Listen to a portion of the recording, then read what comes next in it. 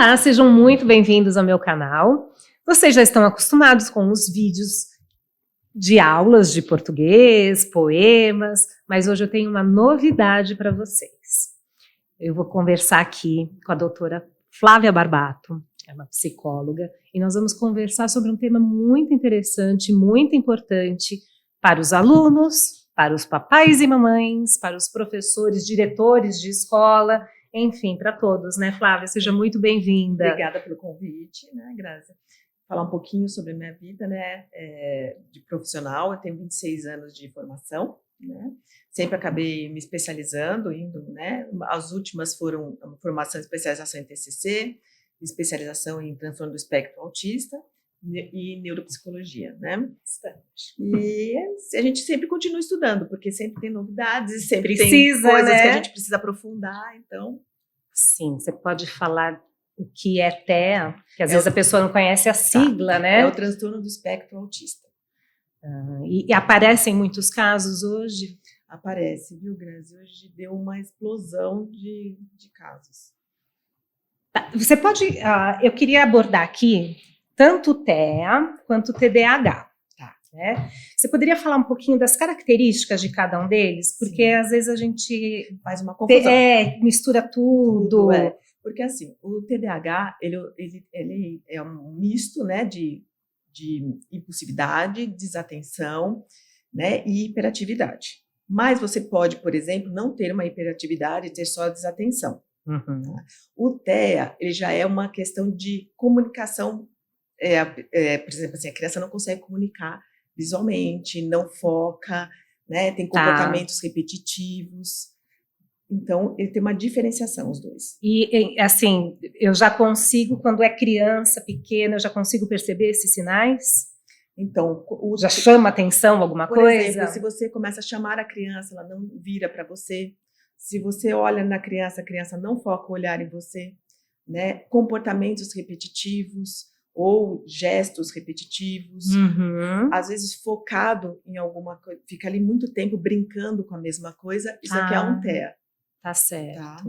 E como que eu sei que meu filho pode ter TDA ou TDAH? E aí você vai ver a questão da impulsividade, desatenção, né? Eu viajo muito, só por isso eu tenho TDA? Então, isso que a gente precisa tomar cuidado. Né? Porque o que está acontecendo? As pessoas elas estão acabando por ter algum... estou distraída, eu tenho desatenção, eu tenho TDA. É que às vezes eu vejo, eu estou lendo, e aí minha mente já está lá na lista do supermercado que eu tenho que fazer, e me perdi toda e preciso voltar lá para o começo do texto. Isso pode, por exemplo, ser uma característica de ansiedade, e não necessariamente de um TDAH. Tá. Então, a grande sacada aqui é a gente conseguir diferenciar os sintomas. Então, quais são os sintomas? Né? Tem que ter um mínimo ali de sintomas para a gente começar a diferenciar. E os professores conseguem perceber isso nos alunos? Os professores, se eles tiverem uma atenção, começar, né? Hoje em dia está desenvolvendo mais, então hoje tem um foco maior para isso. Mas eles conseguem sim fazer registro de comportamento de criança, eles conseguem, por exemplo... E a gente brinca, né, no nosso mundo dos professores, piadinha de aluno bagunceiro é o Enzo. Então, já ficou assim na piada de professor. Então, tá lá o Enzo subindo na cadeira, subindo no teto, pendurando no ventilador. Ele é hiperativo? Depende. Mas, geralmente, quando você tá ali e chama atenção... a criança não te escuta, a criança lá e fica e volta, você tira, a criança volta, provavelmente tem uma hiperatividade. Mas é difícil para a gente... É difícil perceber, né? Porque acaba colocando todo mundo no mesmo balaio. Por isso que o que é necessário? Você ter uma boa avaliação, né? Você procurar profissionais... E quem faz essa avaliação? Profissionais especializados, geralmente o psicólogo e o neuropediatra, né? Então, o neuropediatra e o psicólogo, eles vão fazer uma avaliação, tem que ser uma coisa bem especificada. Não adianta a gente pegar e falar assim, olha, por exemplo, no TEA, eu sou uma pessoa que não gosta de me comunicar muito com as pessoas, gosto de ficar em casa, eu tenho TEA. Ele pode só ser uma pessoa reservada. Uma pessoa que quer ficar no mundo dele. Então a gente tem que tomar cuidado e a gente não estigmatizar a pessoa, né? A gente não colocar a pessoa num quadro e não é. E aí, assim, você faz esse tipo de diagnóstico, de análise? De análise, sim. Mas sempre em conjunto com outro profissional? Sim, você sempre tem que ter um neuro ali, um neuropediatra, tem que ter um conjunto. A parte auditiva também interfere, não? Sim, às vezes TEA tem alguma coisa? Porque assim, o TEA, ele é um espectro, né? Por isso que é o transtorno do espectro autista. Então você tem níveis, são 3 níveis, o nível 1, o nível 2 e o nível 3. Tá. O nível 1, ele tem um comprometimento muito baixo. E assim vai aumentando até chegar no nível 3, que tem um comprometimento maior. O nível 1, ele acaba sendo muito funcional para a sociedade. Então você tem que ajeitar uma coisa ou outra, né? Ajudar em algumas habilidades, mas muito pouco. Falam muito que normalmente as pessoas usam o termo autista, né? Mas falam, não, o autista é muito inteligente.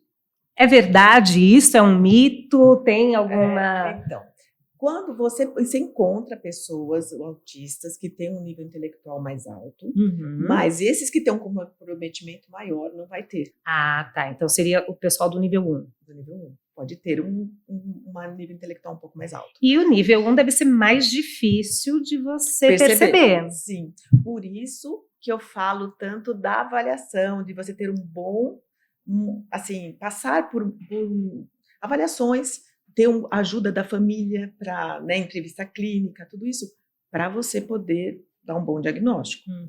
E acontece, às vezes, tipo, dos pais não quererem enxergar isso, então a coisa tá lá nítida, mas passa despercebido por eles, eles não veem.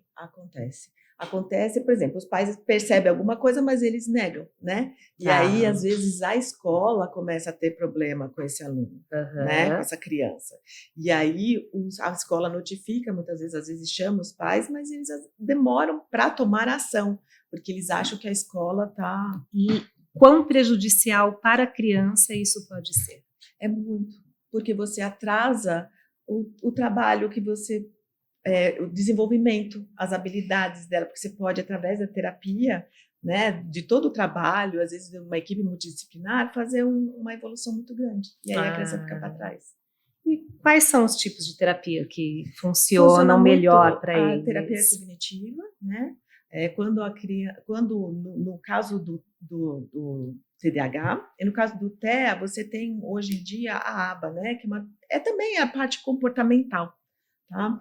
Então, elas são meio semelhantes, mas você usa mais a comportamental no caso, né, do TEA e do TDAH. Tá. Medicamentos. Aí, né? O que acontece? Quando você leva a criança, começa um tratamento, e você não vê, assim, vê uma evolução, mas você precisa, muitas vezes, às vezes, ajuda, dependendo do grau ali de comprometimento. E acontece muito de criança que não precisaria de medicamento estar sendo medicada? Acontece. Mas hoje em dia, eu vou te falar que eles têm um cuidado muito grande. Eles têm um cuidado para dar medicação, né? Porque é para ajudar, não para atrapalhar algum tipo de desenvolvimento ali. Porque eu já vi casos, assim, de criança que foi tratada com um medicamento específico para o TDAH, e de repente aquela criança estava assim, totalmente apática, murcha, apagada, parecia que estava deprimida, acabou o brilho da criança, né? E depois eu vi, os pais falaram, não, vamos parar com esse tratamento, e aí a criança voltou à vida normal. Aí entra uma outra questão, talvez o erro de diagnóstico. Os erros, entendeu? Às vezes não ter esse diagnóstico muito bem feito. Porque se o diagnóstico for preciso e aquela criança precisar mesmo daquele medicamento, só vai ajudar. Só vai ajudar. Não vai derrubar. Não vai derrubar a criança. Olha só. E aí, no caso, o acompanhamento escolar, o rendimento escolar vai melhorar também. Vai melhorar. E assim, quando você faz o diagnóstico, a escola, né, ela tem uma participação, porque geralmente nós, psicólogos, a gente tem que entrar em contato com a escola, conversar, fazer um questionário, questionamento, até para a gente ter essas respostas, né? Então, a escola, já sabendo, ela pode ajudar ali, e aí a criança vai em casos que precisem, né? A gente tem que tomar, é individual isso, a medicação ela vai ser positiva, ela vai ser benéfica para a criança. Para TEA também tem medicação? Dependendo, porque às vezes em níveis ele tem muita agressividade. Então aí a medicação ela faz sentido. E eu vou entrar um pouquinho aqui e falar que quando você tem um TEA de 30% a 50%, você tem um TDAH junto. Então são 30% é muito, muita né? coisa. Então você geralmente, quando você vê uma criança com TEA, ela pode ter ali, né, nessa faixa aqui, um comprometimento do TDAH também. Olha só. Então, curioso. por isso que precisa ser analisado. Bem diagnosticado, bem medicado. E assim, né, voltando um pouquinho ao que eu falei dos pais que não querem encarar isso. Um acompanhamento psicológico para os pais não é interessante? Sim, é interessante até para eles lidarem com a frustração deles, quanto pais, aprenderem a lidar com a criança, né? Ajudar nesse desenvolvimento dentro de casa. Então, assim, é super benéfico. Muitas vezes eles se sentem culpados. Há algum fator, assim, genético, ou alguma coisa, um risco na gestação, ou no parto, alguma coisa que possa interferir nisso? Ou então, não? Ele assim, o TEA, o TDAH, ele é multifatorial, né? Então, hoje em dia, não é nada que a gente bata o martelo e fale que... Não dá para ter certeza. Mas pode ter. Um componente genético, sim. Certo. Mas isso não é para se culpar, né? Porque, poxa, é a mesma coisa, não é porque eu tenho uma arritmia que a minha filha vai ter. E também, se tiver, vamos tratar. Exatamente. Né? Hoje em dia tem as terapias, tem toda uma equipe, tem fonoaudiólogos, fisioterapeuta, TO, né? Terapia ocupacional, coisas os medicamentos, então tudo que ajuda no processo. Então não é para... E atividades extras, tipo esporte, artes, música... Isso também vem ajudar? Ajuda. A gente tem que tomar cuidado para não sobrecarregar a criança quando ela tem um comprometimento maior. Mas ajuda, né? Por exemplo, assim, para aliviar um pouco da criança que é hiperativa. Ela vai para um esporte. Esporte é bom, né? Ótimo, bota a criança para correr. Né? Gasta energia. Né? Colocar um pouquinho mais para atenção, por exemplo, atividades manuais, atividades, entendeu? Artesanato, pintura. Isso. Então, isso ajuda muito. E a música também, acho que a música acalma, né? Acalma. A música é terapêutica também, né? Sim, para tudo. E por que há um aumento nos diagnósticos hoje? Então, primeiro ponto, hoje tem menos tabu e tem mais informação. Tá? Então, hoje em dia, cresceu muito as pessoas falando, as pessoas, até a área da saúde, olhando mais para isso. Tá? Só que a gente tem que tomar cuidado com esses erros de diagnóstico, porque tem gente que não passa por essa avaliação e viu lá, sei lá, no TikTok, sintomas. Eu tive um aluno que começou a imitar um comportamento, mas eu não me lembro agora o nome do transtorno que era. Eu sei que ele gritava no meio da aula. E aí, meu Deus, o que está acontecendo? Fomos perguntar para a mãe, e aí ela falou, não, ele viu no TikTok que ele está imitando, e fala que tem isso, mas ele não tinha nada. Não tinha nada. Só atrapalhava a aula.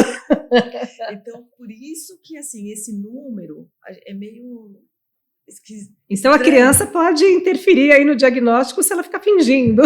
Ou até, assim, chega um monte de adulto que fala, nossa, olha lá, eu tenho desatenção, né? De vez em quando eu estou distraído, só que eu tenho TDAH. Mas o que eu queria saber, a nossa vida hoje, nosso estilo de vida é totalmente diferente do que era há 20 anos, do que era há 30. Então, as crianças de hoje não têm a infância que eu tive, que nós tivemos.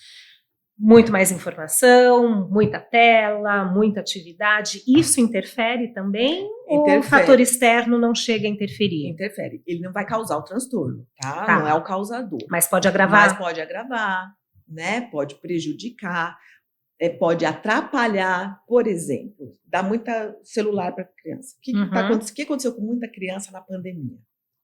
Celular, tela, e a criança aqui, ó, olhando aqui fixo. Você chama, a criança não responde. Você chama, não sei o quê. Pronto, meu filho é autista. Mas não é assim. Se retira muitas vezes isso, né? Quantos casos que nós vimos disso? Dá um carrinho para ele para ver se tira não o celular muda. da frente, tira tantos jogos, né? Põe a criança mais para movimentar, não tem nada. Então, isso atrapalhou nesse sentido. Então, o estilo de vida interfere. Também. Flávia, uma dúvida que eu tenho. O que é o hiperfoco? Porque eu ouço muito falar em hiperfoco e, assim, para mim, hiperfoco é você estar lá concentrado sem se distrair. Mas o que é o hiperfoco e onde ele aparece? Tá. O hiperfoco é quando você fica ali muito tempo focado na mesma coisa. Por isso que tem aquele foco e a pessoa não... Como o próprio nome diz, hiperfoco. Exatamente. E ele aparece no TDAH, tá? Certo. O que acontece muito é que as crianças com TEA, às vezes elas estão ali muito no comportamento delas e confunde com um TDAH. Tá? Mas me parece meio antagônico, né? Ele tem o déficit de atenção, mas tem um hiperfoco. É porque ele fica numa mesma... Tá, então quando ele para se concentrar, fica numa mesma demais. Função ali, entendeu? Numa mesmo ponto. Curioso. Então, quando percebemos isso também, já e é pode ser um sinal. Também a gente colocar que no TDAH, ele pode estar, por exemplo, assim, ele pode não ter uma comunicação visual, ele pode ter uma dificuldade de comunicação, de linguagem aqui. No TDAH? Sim, que parece um TEA. Então, por isso que tem que tomar um cuidado. Entendeu? Então, existe essa semelhança, vamos dizer assim. É complicado. E você... O que você dá mais de sugestão para os pais, né, fazer terapia? Aliás, a terapia na criança, né, tem muitos pais que acham que o filho não precisa fazer terapia, mas é importante, né? Mas para as escolas, para os professores, porque aí agora eu vou falar do meu lado. As faculdades não nos preparam para aluno neurodivergente. Então, assim, o meu conhecimento que eu tenho é porque eu fui atrás de fazer uma especialização. Eu saio formada lá em pedagogia, em letras, em matemática, seja o que for, eu não tenho esse treinamento. E as escolas também não têm como fazer isso com os alunos. A escola pública ainda tem um acompanhamento, as escolas particulares não. Porque isso... é dispendioso ter lá um assistente na sala de aula ou contratar professores especializados, vão ser professores mais caros. Então, para nós que somos mais crus, o que nós poderíamos fazer para tentar ajudar a criança neurodivergente? Na escola. Primeiro, assim, eu acho que tem que ter uma rotina melhor para a criança. Aumentar, por exemplo, a criança vai fazer uma prova, aumentar o tempo para essa criança de prova. Por pausas, não colocar muitas imagens, coisas visuais que distraiam, que desfoquem a criança, né? Então são algumas coisas, né? E ter um olhar, eu acho que assim, um olhar mais específico, né? De ver como é que essa criança está, o comportamento dessa criança. Mas uma das coisas essas coisas você pode colocar como uma ajuda, tá? No processo. E eu acho que também nos enunciados dos exercícios ser mais objetivo. Mais objetivo, sim. Porque tem enunciado que é deste tamanho, criança já se perdeu. Perdeu. Por exemplo, você pega um TDAH, já foi. O disléxico também. Isso mesmo. Eu acho que nós ainda temos que aprender muito. Sim. E você tem mais alguma coisa, alguma colocação aqui para ajudar os papais que ainda têm dúvida? Eu acho que assim, os pais, vocês estão vendo que a criança está diferente, ou tem dificuldade, é procurar ajuda. Né? Não é motivo para se desesperar. Não é motivo para se desesperar, é procurar ajuda. Tem jeito, tem melhora, né? Não tem cura, mas tem melhora, né? Vamos dizer assim, né? Você pega um transtorno do espectro autista, você não vai curar. É porque eu falo, isso não é uma doença, né? Então não tem cura. Não tem cura. É saber lidar, conviver e mudar a sua rotina. Aí, assim, os pais não se apavorarem. Vai em procura de informação, de médicos que possam ajudar no processo. Então, você falou do neurologista, o psicólogo, o psiquiatra também entra? Então, o neurologista, muitas vezes, ou vai num neuro, né, infantil, ou eu acho que sim, um neuropediatra a princípio, para poder fazer, depois você pode até focar um pouquinho, mas os dois profissionais. E aí as outras terapias, né? TO, fazer esporte e tudo mais. Bom, acho que então nós podemos encerrar por aqui, né? Se não tiver mais nada, nenhum conselho para passar. Fechou? Então... Erros de gravação. Voltando. Bom, acho que então nós podemos encerrar por aqui. Foi uma delícia, amei o nosso bate-papo, foi muito instrutivo. E eu tenho uma surpresinha para você. Muito obrigada pela presença. Ai, que lindo! Amei, muito obrigada. Eu que agradeço a sua presença aqui conosco. Muito obrigada. Bom, e muito obrigada a vocês também por estarem aqui até este momento, prestando atenção em toda a nossa conversa. Espero que tenham aproveitado bastante. Se tiver dúvida, pode mandar aqui. A doutora Flávia vai responder.